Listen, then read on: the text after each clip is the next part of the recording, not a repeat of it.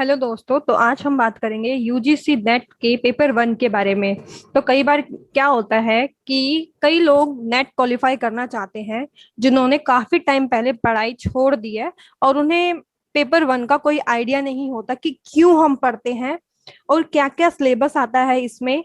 तो आज हम इसके बारे में बात करेंगे।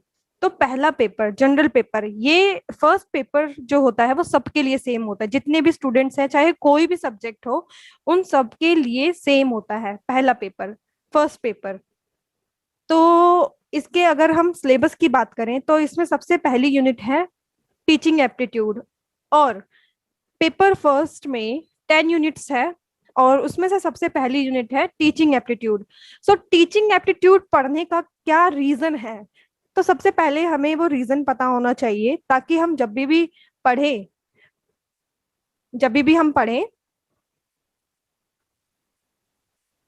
अगर हमें रीजन का पता होगा तो हम उसे अच्छे फोकस के साथ और अच्छे से हम पढ़ पाएंगे। तो टीचिंग एप्टीट्यूड, तो जैसे कि आप जानते हैं जो यूजीसी नेट है वो हमें टीचिंग लेक्चरशिप के लिए ही प्रिपेयर करता है। तो उसमें हमें टीचिंग के क्या क्या मेथड्स होते हैं, हमें कैसे टीच करना चाहिए, क्या क्या स्टूडेंट और टीचर के बीच में क्या रिलेशन होता है, लर्नर के क्या कैरेक्टरिस्टिक्स होते हैं, टीचिंग मेथड्स क्या क्या होते हैं। तो जो ये सारी चीजें होती हैं ये सारी हमारे टीचिंग एप्टीट्यूड में होता है। अगर हम टीचर बन रहे हैं तो हमें ये सारी चीजें पता होनी चाहिए। और अभी इसमें नए सिलेबस में कुछ चीजें ऐड हुई हैं जैसे कि teaching support, traditional, modern and ICT based. ICT means information communication technology, जो भी हमारा कंप्यूटर बेस्ड जो भी हमारी चीजें हैं, वो जो एडवांस चीजें जो हम टीचिंग में यूज करते हैं, जैसे कि हम ऑनलाइन क्लासेस देते हैं। आज कोविड की वजह से ऑनलाइन क्लासेस का पैटर्न आ गया है अभी हमारे एजुकेशन में। तो वो सारी चीजों को हम हमारे टीचिंग मेथड्स में यूज करते हैं। तो ये होता है टीचिंग एप्टीट्यूड के बारे में। और अगर हम सेकेंड यूनिट की बात करें रिसर्च एप्टीट्यूड, रिसर्च एप्टीट्यूड में क्या होता है कि जब भी हम अगर हमने नेट क्वालिफाई किया है तो उसके बाद कई लोग जो होते हैं वो पीएचडी करते हैं, तो उसमें वो रिसर्च करते हैं। रिसर्च मीन्स रिसर्च करना। और बीइंग अ टीचर हम भी कई बार क्या होता है कि हम भी रिसर्च करके ही पढ़ाते हैं।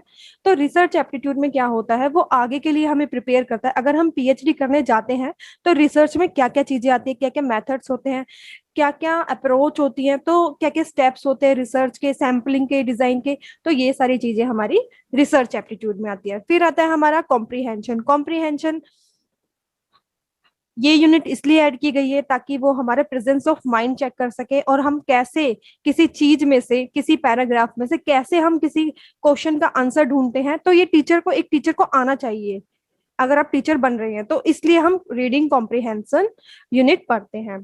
फोर्थ यूनिट है हमारी कम्युनिकेशन। अब जाहिर सी बात है कि अगर हम टीचर बन रहे हैं तो हमारी कम्युनिकेशन अच्छी होनी चाहिए, जिससे कि हम जो भी स्टूडेंट को पढ़ा रहे हैं वो उसे समझ में आना चाहिए।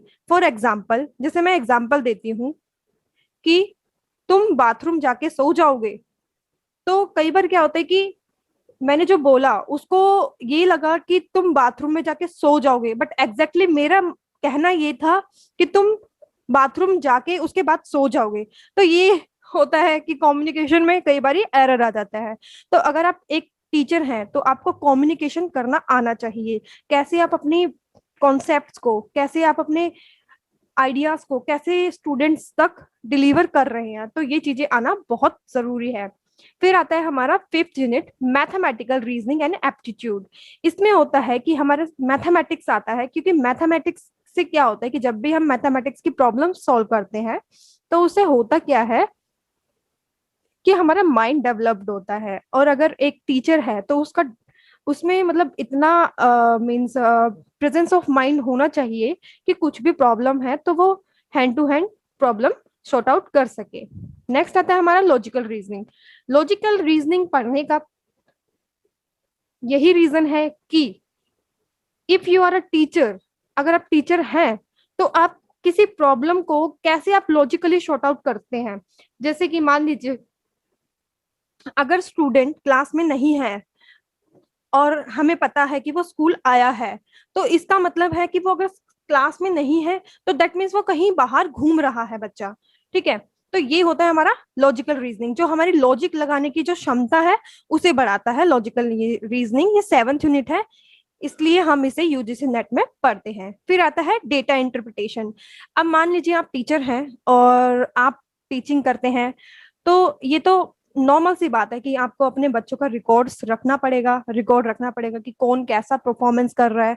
तो ये सारी चीजें आपको पता होनी चाहिए। तो आपको उस चीज में वो चीजें लाने के लिए तो आपको डेटा इंटरप्रिटेशन आना चाहिए कि कितने परसेंट वाले बच्चे पास हुए, कितने बच्चे पास नहीं हुए।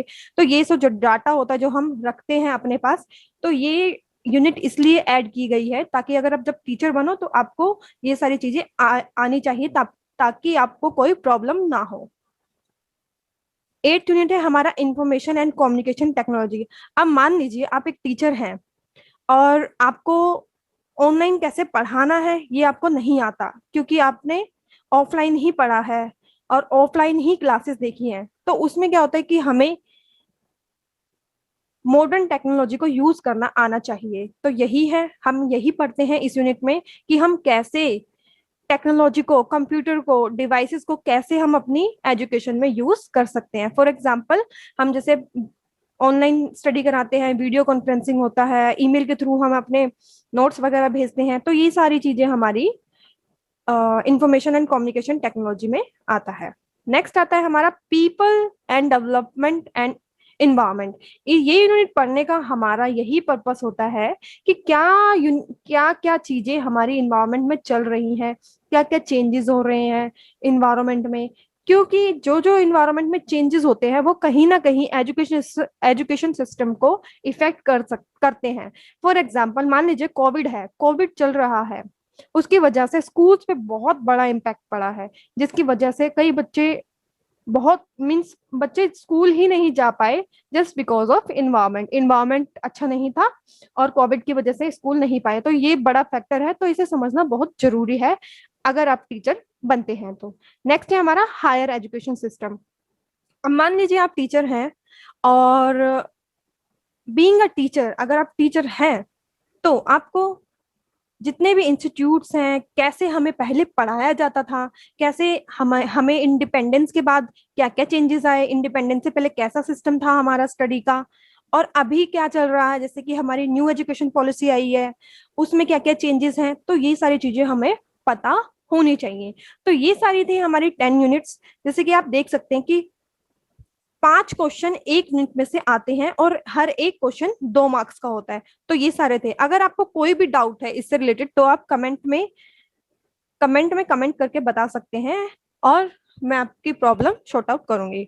Okay, thank you for watching my video and please like and subscribe my video.